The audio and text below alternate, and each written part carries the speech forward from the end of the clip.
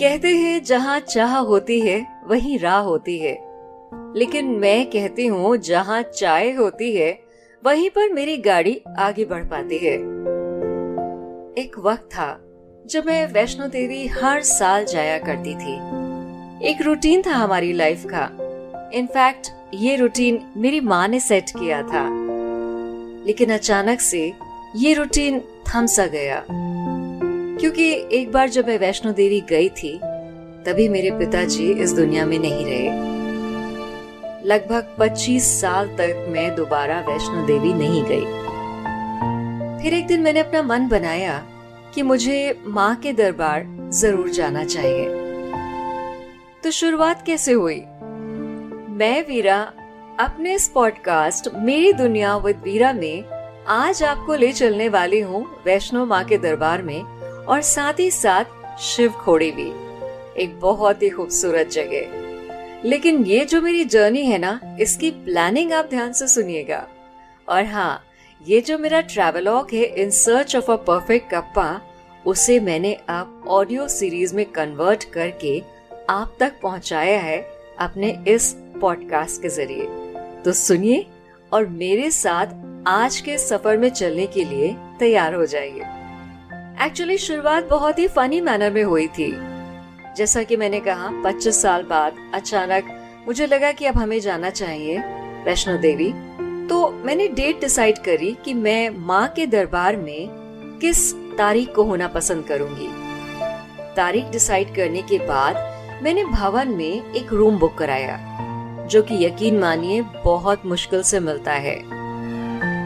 एक बार जब room book हो गया तो फिर मैंने अपने रिटर्न के टिकट्स बुक कराए, और जब रिटर्न के टिकट्स बुक हो गए तब मैंने वो डेट डिसाइड करी जिस डेट पर मुझे यहाँ से वैष्णो देवी के लिए रवाना होना था। इसे कहते हैं एक्चुअल बैकवर्ड प्लानिंग, जो मैंने की थी। अब जैसे कि उम्मीद थी, मेरा टिकट जो था वो वेटिंग में आया। तो मैंने लॉजिक लगाया कि अगर माँ की इच्छा है तो माँ मेरा टिकट कंफर्म कराएंगी, और अगर नहीं भी कराएंगी तो क्या, तो मैं हाथ पैर जोड़ करके टिकट चेक करके चली ही जाऊंगी। और अगर टिकट चेकर भी नहीं माना तो किसी सॉफ्ट लुकिंग अंकल जी के हाथ पैर जोड़ करके उनकी सीट का एक कोना उधार मांग लूंगी। पर ऐसा कुछ नहीं हुआ। एक्चुअली माँ की कृपा थी, हमारा टिकट कंफर्म्ड हो गया, which was like unbelievable। तो मैं प्लीडिंग पार्ट से तो टोटली बच गई। और इतना ही नहीं, लक मेरा इतना स्ट्रॉन्ग था उस वक्त। जो ट्रेन 25 घंटे लेट चल रही थी फॉगी विंटर्स की वजह से, वो बिल्कुल शेड्यूल पर आई और बिल्कुल सही टाइम पर हमें जम्मू में ड्रॉप किया। मुझे सच में लगा कि माँ चाहती थी कि उनकी बेटी उससे आकर के मिले, या फिर मेरी बेटी का अलग काम कर रहा था, या मेरी माँ का। मैंने इस बारे में ज्यादा नहीं सोचा, क्योंकि पता है बहुत ज्यादा जब आप किसी चीज के बारे में सोचते हैं ना, तो ट्रैवलिंग में से फन पार्ट जो है वो निकल जाता है। और मैंने तो डिसाइड कर लिया था कि ये वाली यात्रा मेरी बहुत ही अमेजिंग होने वाली है। तो भाई हम लोग फटाफट जम्मू पहुंचे और स्ट्रेट अवे हम टैक्सी स्टैंड के पास पहुंच गए। अब जब तक कि मैं टैक्सी बुक कराऊं, एक जनाब आए और उन्होंने मेरे हाथ से लगेज खींच लिया और मुझे अपनी टैक्सी की तरफ भगा करके ले गए।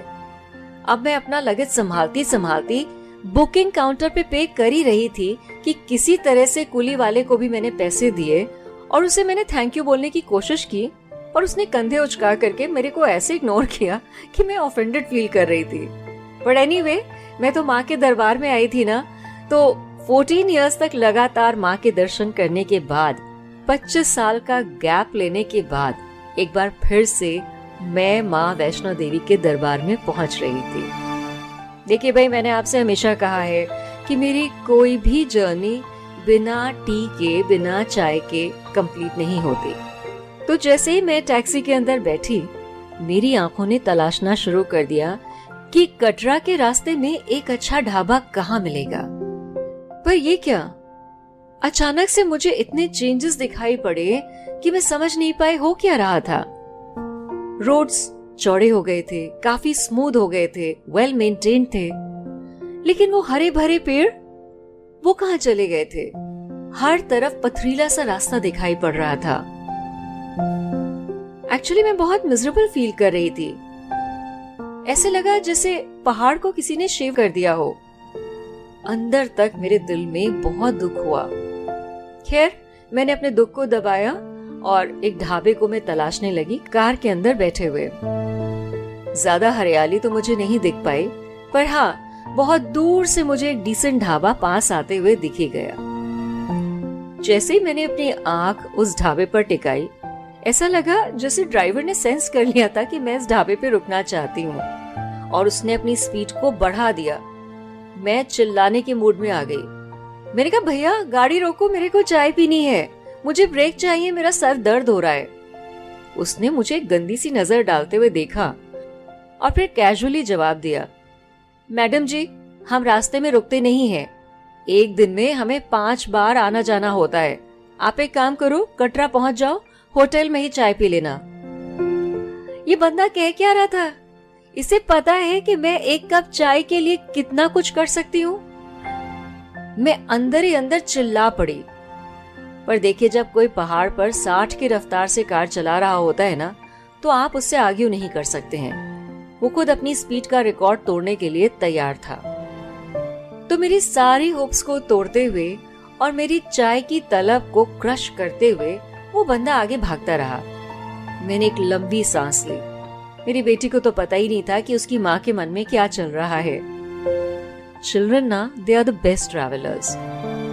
खैर, हम 45 मिनट में कटरा पहुंच गए, फ्लैट 45 मिनट में। और अब उस ड्राइवर को कोई जल्दी नहीं थी, क्योंकि उसे हमें ढेर सारे होटल्स जो दिखाने थे जहाँ पे उसका कमीशन फिक्स था। जैसा कि मैंने आपको पहले भी बताया है, किसी भी अजनबी जगह पर होटल तलाशना एक बहुत कम्बसम जॉब होता है, क्योंकि उसे परफेक्ट होना चाहिए मेरी निगाह में।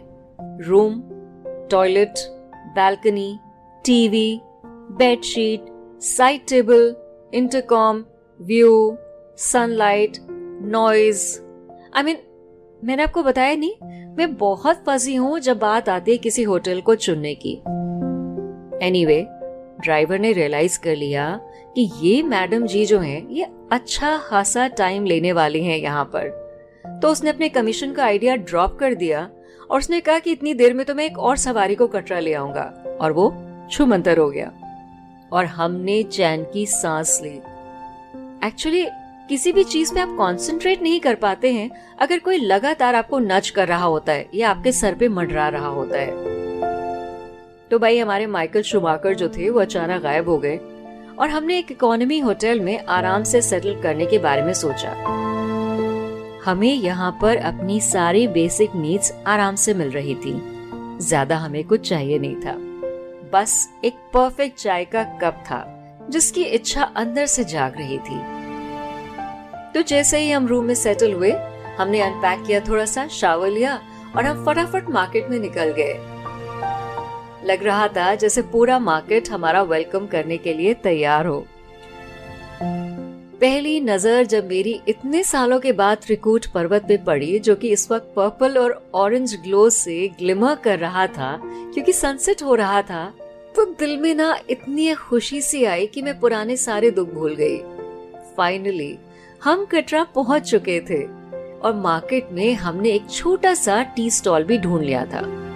बहुत रोमांटिक प्लेस तो नहीं था, लेकिन चूंकि चाय हमें पीनी थी त्रिकूट पर्वत को देखते हुए, तो वो ढाबा, वो ठेला अपने आप में परफेक्ट था। अगले दिन सुबह हमें अपनी जर्नी स्टार्ट करनी थी माँ के दरबार के लिए।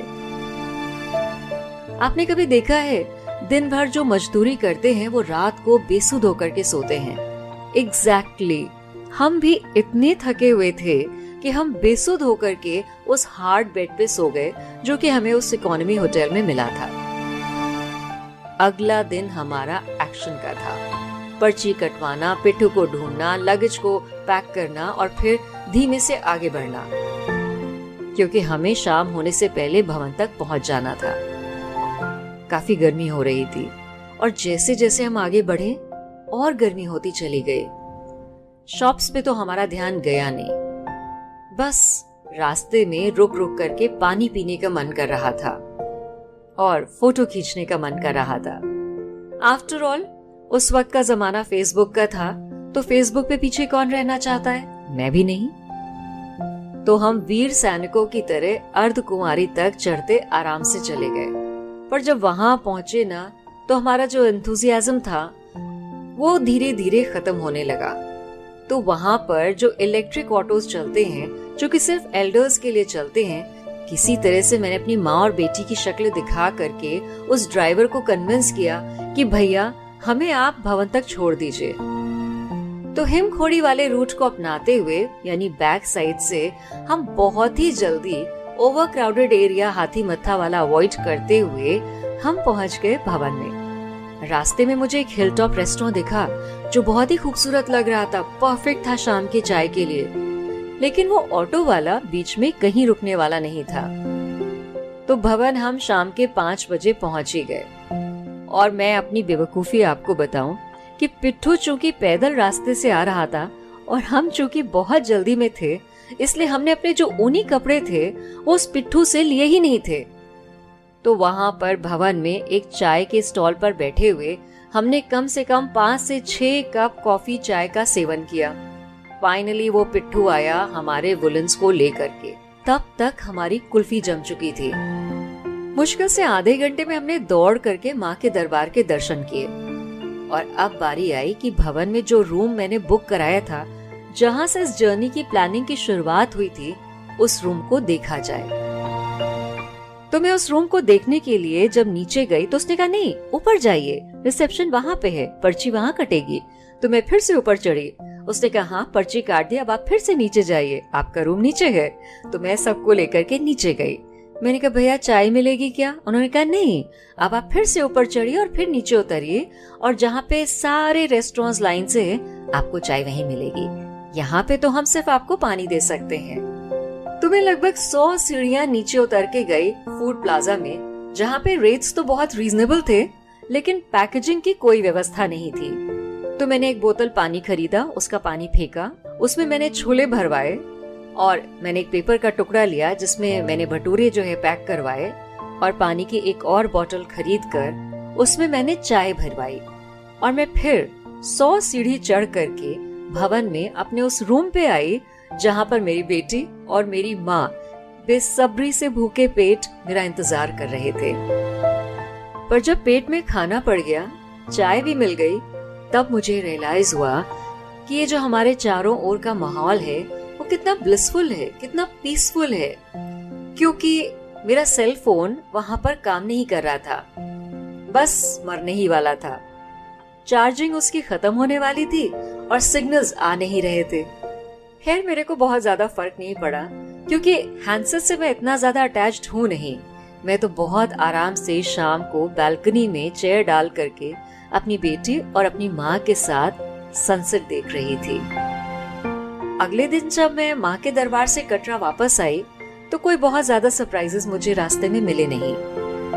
लेकिन यहाँ से हमारे सरप्राइजेस का अगला सिलसिला शुरू होने वाला था, क्योंकि मैंने डिसाइड कर लिया था कि इस बार मैं वैष्णो माँ के दरबार से शिव खोड़ी जरूर जाऊंगी। तो अगली सुबह हम शिव खोड़ी के लिए रवाना हो गए। अगेन कोई क्लू नहीं था कि रास्ता कैसा होगा, हमारा डेस्टिनेशन कैसा होगा। पर मैंने हमेशा कहा है, आप जब किसी चीज के बारे में लीस्ट एक्सपेक्ट करते हैं ना, आपको वहीं पर सबसे ज्यादा सरप्राइजेस मिलते हैं। और इसी को जॉय ऑफ ट्रैवलिंग कहते हैं। रास्ते में जब हम झेलम नदी को क्रॉस कर रहे थे ना, तो जो सीनिक स्प्लेंडर था उसने अचानक से मुझे झकझोर दिया। शिवालिक माउंटेन्स की पूरी रेंज हमारे सामने थी, और झेलम नदी उस वक्त इतना चमक रही थी जैसे अनगिनत मोती बिखरे हुए हो वहां पर। सूरज अपनी पूरी रोशनी झेलम नदी पर फेंक रहा था। वैसे टैक्सी वाले को हमारे एंथुजियाज्म से कोई ज्यादा लेना देना नहीं था, उसने हमें इग्नोर कर दिया। पर हमें उसके इग्नोर करने से कोई फर्क नहीं पड़ा, क्योंकि मैंने इतने ब्लॉग्स पढ़े थे, इतने वेबसाइट्स मैंने स्कैन किए थे, पर शिव खोड़ी की जो ब्यूटी थी वो मेरे लिए एक मैजिकल सरप्राइज थी। शिव खोड़ी को मिनी अमरनाथ भी कहा जाता है। कटरा से मात्र 90 किलोमीटर की दूरी पे है। हालांकि ठीक ऑपोजिट आप जाएंगे तो लगभग इतनी ही दूरी पर पत्नी टॉप मिलेगा, लेकिन इस बार मैं पत्नी टॉप नहीं जा रही थी। क्योंकि वो रेगुलर टूरिस्ट स्पॉट था। और ये डिसीजन मेरा बहुत ही वाइज डिसीजन था, क्योंकि यहाँ पर ढेर सारी सुंदरता थी और क्राउड बहुत ही मिनिमलिस्टिक थी। और यहीं पर हमें सिर्फ 5 मिनट की दूरी पर ब्रिज क्रॉस करते ही अपना ड्रीम रेस्टोरेंट मिल गया। एक अमेजिंग चाय का प्याला और आलू के भरवा पराठे ऑसम सराउंडिंग्स के बीच में। देखिए, आलू के पराठे और अदरक वाली चाय, इसके साथ अगर वादियां भी आपकी मनपसंद हो ना, तो फिर सोने पे सुहागा हो जाता है। बेस्ट पार्ट ये था कि मेरी बेटी, जो कि खाने को लेकर बहुत फिनिकी है, उसने एक पूरा पराठा खा लिया। इतना टेस्टी था वो पराठा। हम शिवखोड़ी पहुंचे, हमने पोनीस को हायर किया और हम धीरे धीरे धीरे उन गुफाओं की ओर बढ़े। पूरा रास्ता बहुत ही शांत था और बहुत ही हरा भरा था, और साथ में हमारे क्रिस्टल क्लियर रिवर चल रही थी। इतनी साफ थी कि उसके अंदर जो मछलियां तैर रही थी वो तक हमें दिखाई पड़ रही थी। हम गुफा में गए, हमने आराम से दर्शन किए और हम वापस लौट के आए। और हम वापस ब्रिज पर जो वो छोटा सा ढाबा था जहां हम आलू के पराठे खा करके गए थे, हम वापस वहीं पर आकर के बैठे और उस बिल्कुल साफ सुथरी नदी को देखते हुए हमने 1 घंटा, पूरा 1 घंटा उस ढाबे पर बिताया। और साथ ही साथ 2 राउंड्स मैगी के लिए और 1-1 राउंड चाय और कॉफी का लिया। और वहां बैठकर गुफा से लौटते हुए लोगों को देखना एक कैथार्टिक एक्सपीरियंस था। Traveling can be the best cure and entertainment. And observing people can also be very good therapy. एक आपको वीरा का लॉ बताती हूँ। कभी भी आप जब बहुत डिप्रेस्ड हों, थके हुए हों, या आपको समझ में नहीं आ रहा हो कि क्या करें, आप लोगों को ऑब्जर्व करिए, ध्यान से देखिए उन्हें। आपकी बोर्डम, आपका डिप्रेशन ना दूर हो जाएगा। मेरे को तो अपना फन मिल चुका था, मेरी बेटी और मेरी माँ को भी। हम 3 जनरेशंस हाईली सैटिस्फाइड थे, अलग अलग रीजंस से। और सबसे बड़ा रीजन तो ये था कि मेरी बैकवर्ड प्लानिंग जो थी वो असरदार हो गई थी। उसने हमारे ट्रैवलिंग जर्नल में एक नया डेस्टिनेशन ऐड कर दिया था, और वो था शिवखोड़ी।